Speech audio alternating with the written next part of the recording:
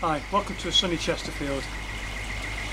Sorry for the delay in the video release, but I've had a few issues with the video editing software and also with the quality of the hardware that I've been using. So I've been talking with Martin at Devonco, and again he's been fantastic with his advice and his help, and I've managed to purchase a few more bits and bobs at a reasonable price. It might be slightly different, but hopefully the quality will be a lot better once the video editing software is sorted out. What I'm going to do today is I've been asked a few questions regarding bottom drains, and I've seen a few questions and answers regarding bottom drains, aerated, not aerated, the benefits and the non-benefits. So what I'm going to do today is do a little walkthrough of the pond, show you some close-up footage, show you what I've got on my pond and the advantages and benefits I've got. Bottom drains do not fit everybody's circumstances, do not fit everybody's pond style, and also don't fit everybody's budget. So I'm not saying this is what you should do, what you shouldn't do. This is entirely up to yourself, and it's to suit your own style, finances and setup. So again, this is just what I'm doing and what I've got, not what should be done or shouldn't be done. That's always down to yourselves. You have that choice, but hopefully if you listen to the advice taken, you can make the right choice for yourself without causing any issues, without spending any too much money, and without updating later.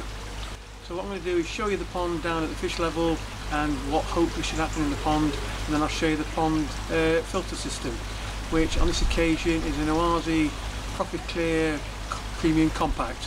Again, a lot more money than what some people can afford on filters, but as you see my circumstances later, it's ideal for what I've got, and it's probably the best money I've spent.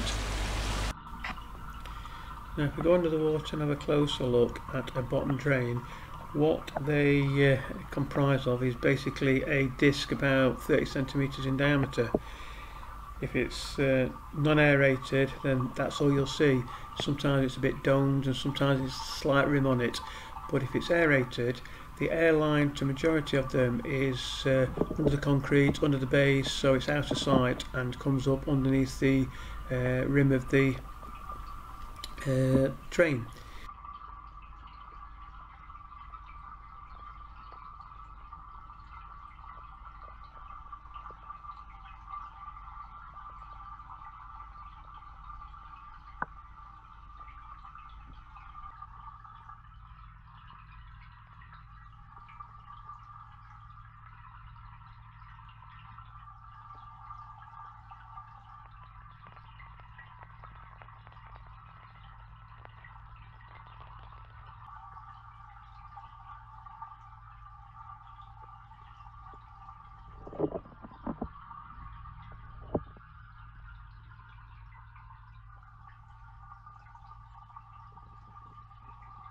The gap between the rim of the bottom drain and the bottom of the pond is recommended to be between probably 8mm and 20mm, or 3/4 of an inch max, and that's so none of the fish go down, and it's big enough to get the fines down, but not too big that the fish follow it down.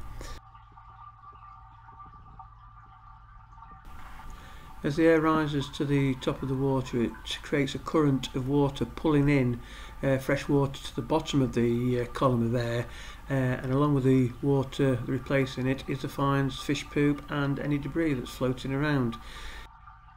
With a non-aerated drain, you've just got the current of the fish swimming around, and the pond returns to send any fines towards the centre.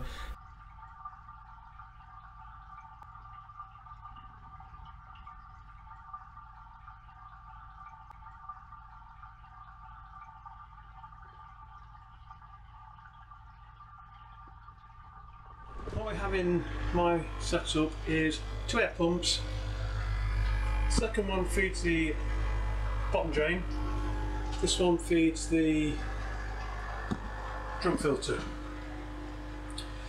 That is a Eco 60 litres per minute air pump, and it's got a regulator here so I can adjust. At the moment, that's what's putting out.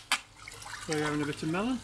That's what it's putting out at the moment, which I think is fine. It's enough to turn the water over, break up the tension of the water at the surface to allow a bit more oxygen or air into the water without kicking up too many fines and bits for the fish. You see at the bottom there's a bit of melon from this morning, and that's the melon from this afternoon. And this one that feeds a filter is a 75 litre per minute.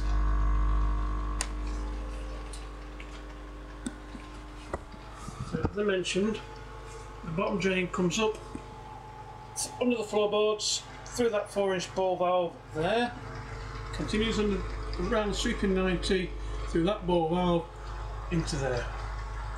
Side of it you've got a 3-inch waste out, and you've got a cap at the back in case you want to put a skimmer or anything else through there, but I've just got this set at the moment. Controls are there, basically on off, so let's knock it off for a moment.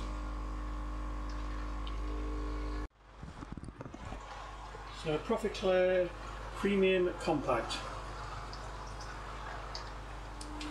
And what we've got is a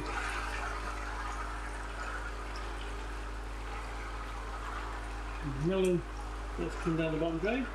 What we've got are the sieves this side, sieves screens, 6 of these, where the water comes in, through the sieves, down the bottom, up through the aerated media, which I thought was K1 but it's not. It is 40 litres of HEL X13 biomedia. At the bottom of there we've got 2 air stones. And that's what size they are. That's what we've got. They're 2-inch spec, or 50 by 150 5mm. And I've got 2 spares, which what I do each year is take them out, put the new ones in, hose those down, and save them in case there's any issues. For the sake of how much they cost, I think they're about 10 a piece from 5 acre Coy supplies. Thanks, Randy. But what you've got are 6 screens, and what the screens are these. I've also got a spare set of these. And they're 60 micron screens that, again, I change each year, power wash these down, which I'm going to have to do later this week, power wash them down and have them for spares in case there's any issues. We'll knock the air off.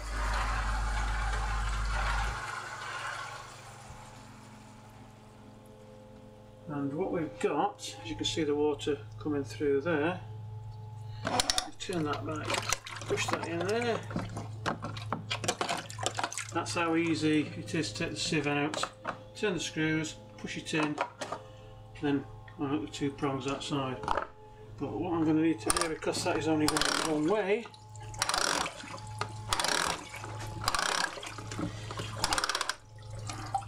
what you have, I don't know if you can see that,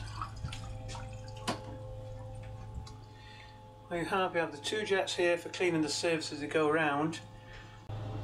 What you've got here is the waste at the top, and when the screens start to get blocked up, the jets kick in, the drum rotates, and the waste is set down there to drain. What you've got are the 2 levels at the top. There and there. So if there's a difference in the levels between the 2 chambers, what it does, it kicks in the pump then draws water from the clean side through the jets and cleans the mesh as the drum rotates, and all the waste is blown off down the waste tunnel.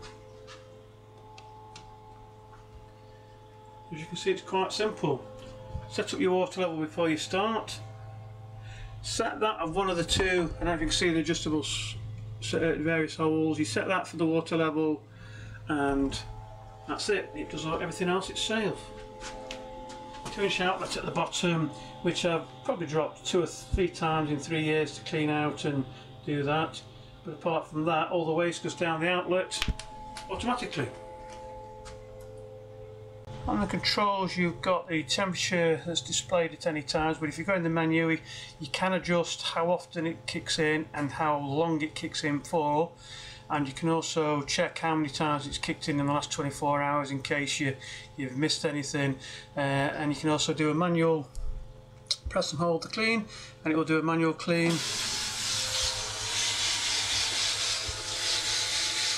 if need be. Like I say, I don't miss the cleaning of the 5 bay filter. I don't miss cleaning the Easy Pod, but to clean it now, what I do is press the button and away it goes. Actually, 3-year guarantee on it.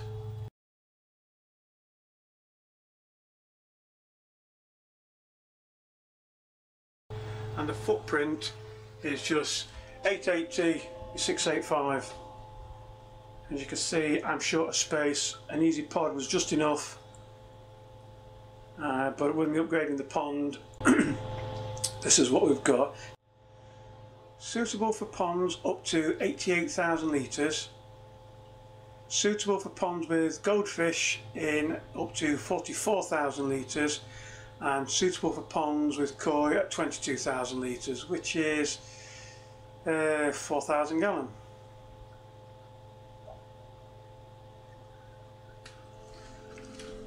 So, simple setup. All I've got is gravity fed. Got a 1.5 inch waste valve, 1.5 inch lever valve there.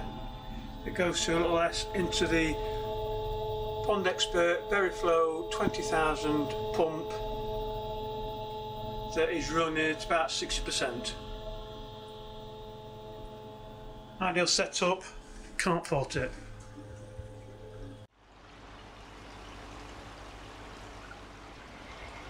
Just to summarise, in aerated drain in theory, what happens is the diaphragm is filled with air which comes out in fine bubbles. As the fine bubbles go through the water, it lifts the water, allowing water to replace it at the bottom, throwing in any fines, any debris into the bottom drain, and then it is taken down to the filter system where it's removed.